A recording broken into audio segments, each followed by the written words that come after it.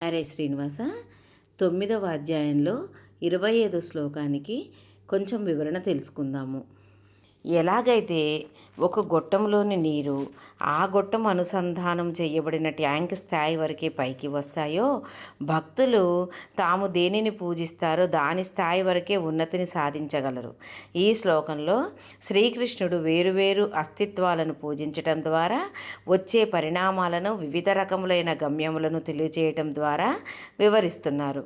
అత్యున్నత ఆధ్యాత్మిక పురోగతి సాధించడం కోసం మనం ఆ పరమాత్మను ఆరాధించాలని తెలుసుకోవటం కోసం ఈ జ్ఞానాన్ని చెప్తున్నారు.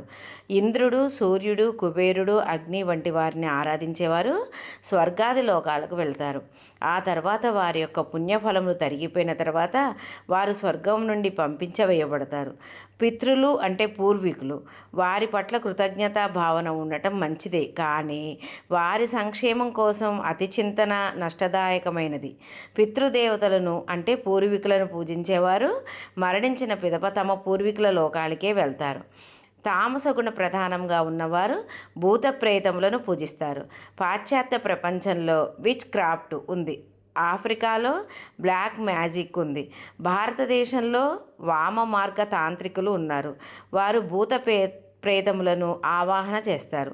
ఇటువంటి పనులలో పాల్గొనేవారు వారి తదుపరి జన్మలో భూత ప్రేతములలో జన్మిస్తారని శ్రీకృష్ణుడు అంటున్నారు. సర్వోన్నత భక్తులు ఎవరంటే తమ మనసులను పరమేశ్వరుడైన భగవంతుని యందే నిమగ్నం చేసేవారు. వ్రత అనే పదానికి అర్థం సంకల్పము మరియు ప్రయత్నం అని. భగవంతుని ఆరాధనకై దృఢ సంకల్పం చేసి మరియు ఆయన భక్తి యందే నిశ్చల బుద్ధితో ఉన్న ఇటువంటి ధన్యులైన జీవులు తదుపరి జన్మలో ఆయన దివ్యధామానికే చేరుకుంటారు అని శ్రీకృష్ణుడు తెలియచేశారు. జై శ్రీకృష్ణ.